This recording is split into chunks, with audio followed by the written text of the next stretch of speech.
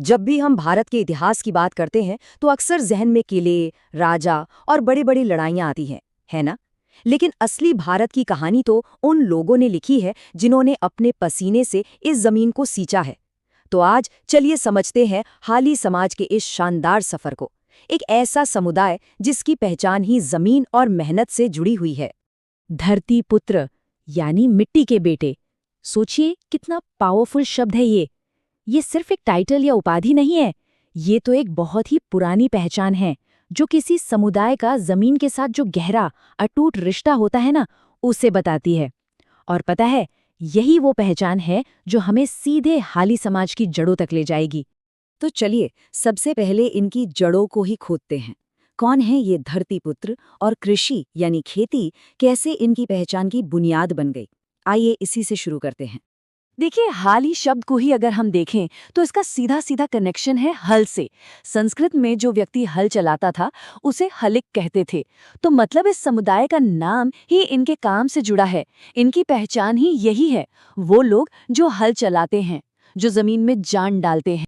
एक मिनट के लिए उस दौर के बारे में सोचिए जब पैसा सोना चांदी नहीं बल्कि जमीन ही दौलत का सबसे बड़ा सोर्स हुआ करती थी। उस जमाने में ये हाली समाज, ये लोग पूरी की पूरी अर्थव्यवस्था की रीढ़ की हड्डी थे। सच कहूं तो इनकी मेहनत के बिना उस वक्त की इकोनॉमी का तो कोई वजूद ही नहीं था। और ऐसा नहीं है कि ये सिर्फ किसी एक जगह पर थे। आज भी अगर देखें तो इस समुदाय की जड़ें आपको गुजरात, महाराष्ट्र और राजस्थान से लेकर उत्तर प्रदेश के कुछ हिस्सों तक फैली मिलेंगी। हाँ, हो सकता है कि अलग अलग राज्यों में इन्हें अलग अलग नामों से जाना जाता हो, पर एक चीज कॉमन थी, इनका मूल काम जो हमेशा से धरती की सेवा करना रहा है। लेकिन कहते हैं ना कि वक्त हमेशा एक सा नहीं रहता। तो अब हम इनके इतिहास के उस पन्ने को पलटेंगे जहां सेवा और सम्मान के साथ साथ एक बहुत बड़े संघर्ष की भी कहानी छुपी है। तो देखिए इनका सफर समय के साथ कैसे बदला। बहुत पुराने जमाने में उन्हें धरती पुत्र कहकर बड़ा सम्मान दिया जाता था। फिर मुगल और मराठा काल आया, तब इनकी ईमानदारी इतनी मशहूर थी कि बड़े बड़े राजा महाराजा और जमींदार अपनी जमीनें भरोसे से इन्हें सौंप देते थे। सब कुछ ठीक था, लेकिन फिर आया ब्रिटिश राज और उनके लाए लगान के सख्त कानूनों ने मानो सब कुछ उलट पुलट कर रख दिया। यहीं से असल में इनके संघर्ष का सबसे मुश्किल दौर शुरू होता है। और इसी इकोनॉमिक प्रेशर, इसी आर्थिक दबाव का नतीजा थी हाली प्रथा। ये एक बहुत ही दर्दनाक सिस्टम था। सीधे शब्दों में कहें तो ये एक तरह की बंधुआ मजदूरी थी।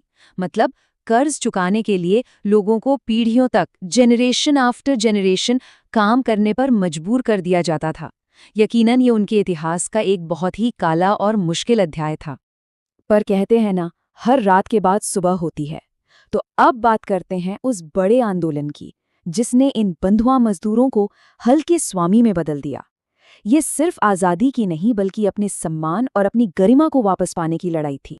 तो सवाल ये है कि ये बदलाव आया कैसे?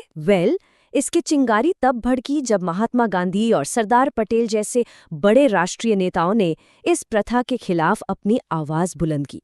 इसके बाद दक्षिण गुजरात में एक डेडिकेटेड मूवमेंट शुरू हुआ, दुबला हाली आंदोलन। इसने पूरे समुदाय को एक साथ खड़ा किया और अपने हक के लिए एक जबरदस्त लड़ाई लड़ी। और जानते हैं, इस आंदोलन की जीत ने न सिर्फ उस पुरानी व्यवस्था को जड़ से उखाड़ फेंका, बल्कि इस समुदाय को एक नई, एक सम्मानजनक पहचान भी दिलाई। और वो नई पहचान थी हलपति। जरा सोचिए इस शब्द के वजन के बारे में। आंदोलन ने समुदाय को ये टाइटल दिया हलपति, जिसका मतलब है हल का स्वामी। ये सिर्फ नाम का बदला नहीं था, नहीं, ये तो उनकी खोई हुई गरिमा की वापसी थी, उनके सेल्फ रिस्पेक्ट की जीत का एक बहुत बड़ा सिंबल था। सम्मान की वो लड़ाई जीतना तो एक शुरुआत थी, उसने आज के लिए एक नई जमीन तैयार कर दी। तो अब हम देखेंगे कि आज के भारत में, कंटेम्प्रेरी इंडिया में, इस समुदाय का नया उदय कैसे हुआ है, ये लोग अब कहाँ पहुँच चुके हैं। और आज वक्त सच में पूरी तरह बदल चुका है। हाली समाज के जो युवा हैं वो अब सिर्फ खेतों तक ही सीमित नहीं हैं। आज उसी समाज के बच्चे डॉक्टर बन रहे हैं, इंजीनियर बन रहे हैं, बड़े बड़े सरकारी अफसर और कामयाब बिजनेस ओनर्स बन रहे हैं। ये एक जबरदस्त प्रेरणा देने वाला ट्रांसफॉर्मेशन है ना? और बात सिर्फ आर्थिक तरक्की की नहीं है, इसके साथ साथ ये समुदाय अब पॉलिटिकली भी बहुत ज़्यादा अवेयर हो गया है। सोचिए, एक वक्त था जब इन्होंने अपनी आवाज़ तक खो दी थी, और आज वही लोग गवर्नेंस में, शासन में एक्टिव रोल निभा रहे हैं और अपने हक के लिए मजबूती से खड़े हैं। तो हाली समाज का ये पूरा सफ़र, मतलब ज़मीन से शुरू होकर सियासत तक पहुंचने का, ये हमें सिखाता क्या है? असल में इनकी कहानी में हम सबके लिए मिट्टी से जुड़ा एक बहुत गहरा सबक है। सीधी सी बात है, हाली समाज का इतिहास हमें एक चीज़ सिखाता है कि मेहनत से बड़ी कोई पूजा, कोई इबादत नहीं होती। और यह एक ज़रूरी याद भी दिलाता है कि जो लोग इस धरती का सीना चीरकर हम सबके लिए अनाज उगाते हैं, उनकी रिस्पेक्ट करना ये हम सबका फ़र्ज़ है।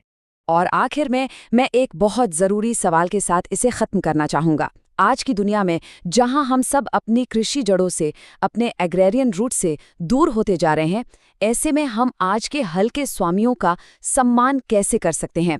इस सवाल पर ज़रूर सोचिएगा।